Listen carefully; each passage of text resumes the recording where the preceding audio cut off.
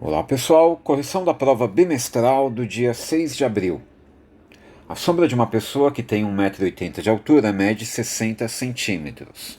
No mesmo instante, a seu lado, a sombra projetada de um poste mede 2 metros. Se mais tarde a sombra do poste diminuiu 50 centímetros, a sombra da pessoa passou a medir. Então está aqui a figura com a pessoa e o poste. Os raios de sol aqui são considerados paralelos, ok? Nessa pequena região da Terra, a incidência do Sol, a gente considera que esse ângulo aqui é igualzinho a esse. A pessoa 90 graus, né, em relação ao chão, o poste também 90 graus em relação ao chão. Então temos aqui dois triângulos retângulos, e que medidas eu conheço?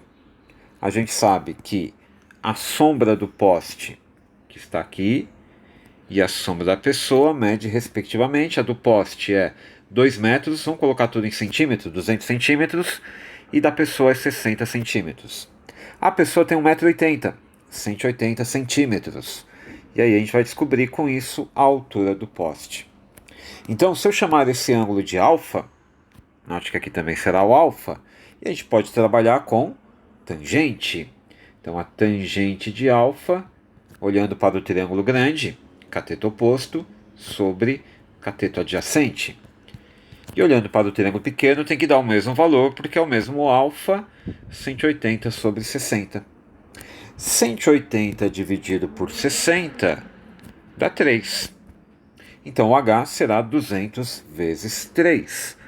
O H será 600 centímetros. Essa é a altura do poste, mas ainda não é essa a pergunta, certo? A pergunta é: se mais tarde a sombra do poste diminuiu 50 centímetros, quer dizer que a sombra está em 150. A sombra da pessoa passou a medir, então vamos chamar de x aqui. Tá bem? Então eu tenho um novo ângulo aqui, que eu vou chamar de beta. E eu tenho uma nova pergunta: quanto vale esse x? Então lembra que a altura do poste a gente conhece, né? 600. Então se você fizer a tangente do beta, será cateto oposto sobre cateto adjacente, 180 sobre x, e tem que ser igual a 600 sobre 150. 600 por 150 vai dar 4. Então 4x multiplicando aqui, né? 4x é igual a 180. Então x é 180 dividido por 4, o que vai dar 45 centímetros. Então esse é o tamanho da sombra, a alternativa A. Ok? Então essa foi a primeira questão. Vamos para a questão número 2. Na figura, DE é paralelo a BC. Qual a medida do AB? Então ele pergunta qual a medida dessa linha AB. Cuidado, tá? É o AB, é tudo isso aqui. Muito bem. Como DE é paralelo a BC, você pode usar o teorema fundamental da semelhança ou destacar que esse ângulo é congruente a esse e esse ângulo é congruente a esse, né? Além de ter um ângulo comum aqui para os dois triângulos, o triângulo ADE e o triângulo ABC. Então eles são semelhantes. O triângulo ADE é semelhante ao triângulo ABC, pelo critério ângulo-ângulo ou pelo teorema fundamental da semelhança. Tá? Chamando o AD de x, então a gente pode dizer o quê?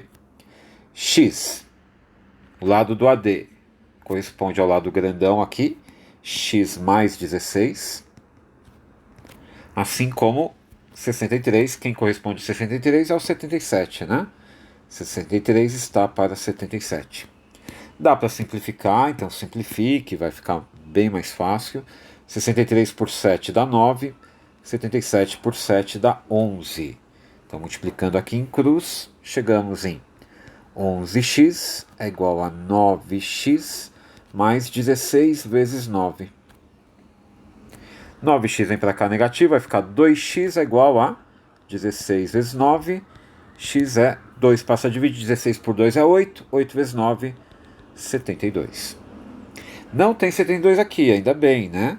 Porque a pergunta não é quanto vale o x, né? Eu chamei o AD de x, mas a pergunta é o AB. Então repare que o AB será o X, que é 72, mais 16, o AB é 88. Ok? Alternativa E.